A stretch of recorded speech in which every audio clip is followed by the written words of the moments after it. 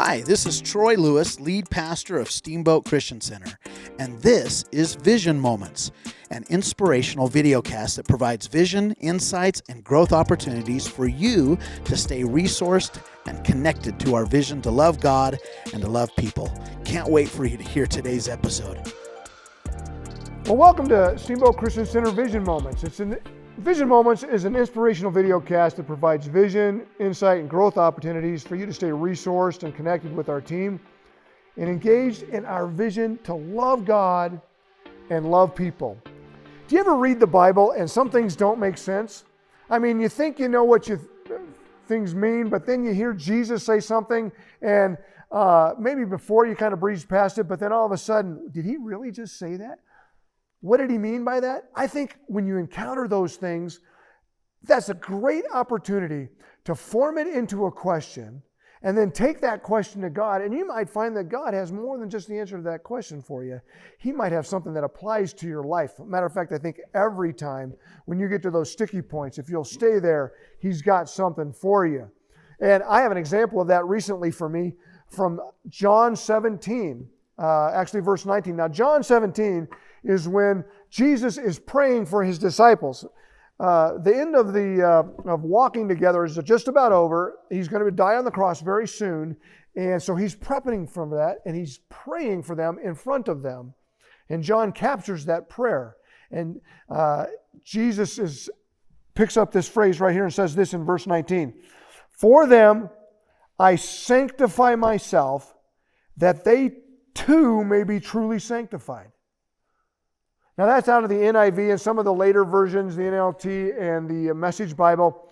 They do the heavy lifting for you, and they give some good answers and interpret what he's saying.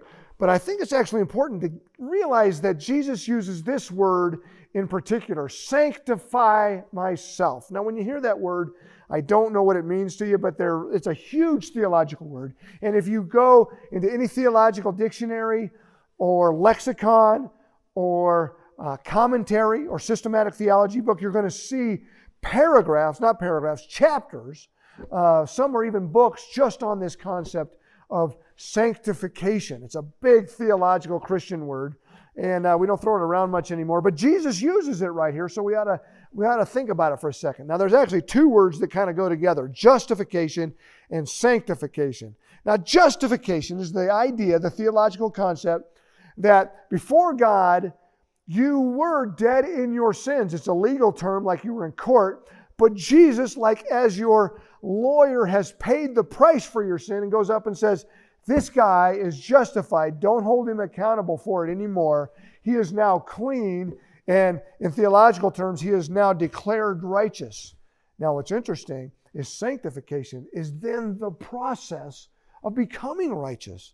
It literally means becoming more and more like Christ, becoming more and more holy like Jesus.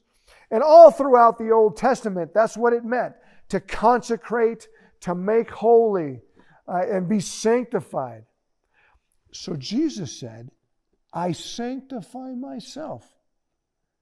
That should create a question mark. Right there. It creates a question. If you've been reading John, go back to the very first verses of John. It says that the Word was God and was with God. And then a few verses later it says, and the Word became flesh and dwelt, made its dwelling place amongst us.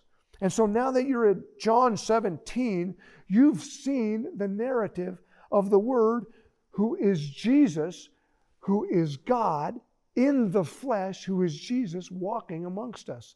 And then he turns and says, what? I sanctify myself?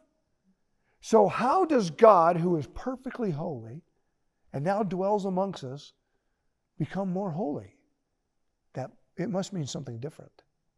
There must be a nuance here that's very important. And if we understood that nuance, maybe it applies to us. Because he says, I sanctify myself, that they too may be truly sanctified. The word literally means, in the Old Testament and as Jesus uses it, to be set apart from. And that is how most of Christianity has interpreted this word. I set myself apart from all that is unholy so that I can be holy, so that I can be more like Jesus. Is that what Jesus means here? Partially. He does mean I set myself apart from the world that he's operating in, that is literally trying to kill him, that is opposed to him, and doesn't look like him in any way. I set myself apart from that to God. Did you see what it said there at the beginning of the verse? It says, go back and look at it. When you're not driving and you get back home, it says, for them I sanctify myself. Whoa, it's all there. He sets himself apart from the world to God for the world. So that they, which is you and me, can set ourselves apart from the world to God for the world. Why would that be profound? It would be absolutely profound, especially in this day when the world is off its rails, when Christianity is primarily referred to as a voting